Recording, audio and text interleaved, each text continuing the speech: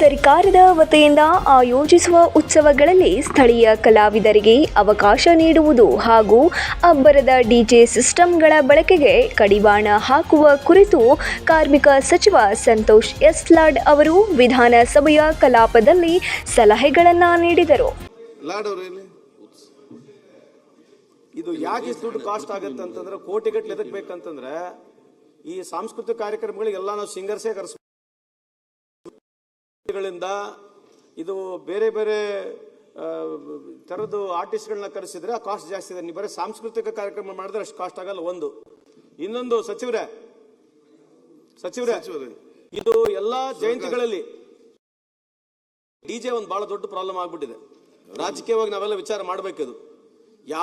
ಸರ್ಕಾರ ಆಯೋಜಿಸುವ ಉತ್ಸವಗಳಲ್ಲಿ ಲಕ್ಷಾಂತರ ಹಣ ವೆಚ್ಚ ಮಾಡಿ ಹೊರಗಿನಿಂದ ಕಲಾವಿದರನ್ನು ಕರೆಸುವ ಬದಲು ನಮ್ಮ ರಾಜ್ಯದ ಸ್ಥಳೀಯ ಕಲಾವಿದರನ್ನು ಆಹ್ವಾನಿಸಿದರೆ ಆ ಉತ್ಸವಗಳ ಅರ್ಥವೂ ಹೆಚ್ಚಾಗುತ್ತದೆ. ಹಾಗೆಯೇ ಸರ್ಕಾರದ ಹಣವು ಅನಗತ್ಯವಾಗಿ ಖರ್ಚಾಗುವುದು ತಪ್ಪುತ್ತದೆ ಎಂದು ಹೇಳಿದರು.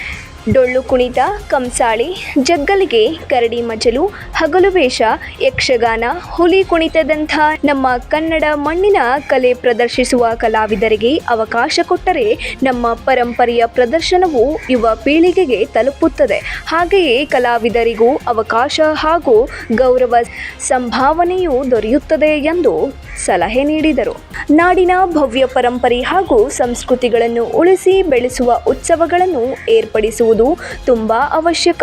ಆದರೆ ಈ ಉತ್ಸವಗಳ ಆಯೋಜನೆ ಅನಗತ್ಯವಾಗಿ ಖರ್ಚು ವೆಚ್ಚವಾಗಬಾರದು.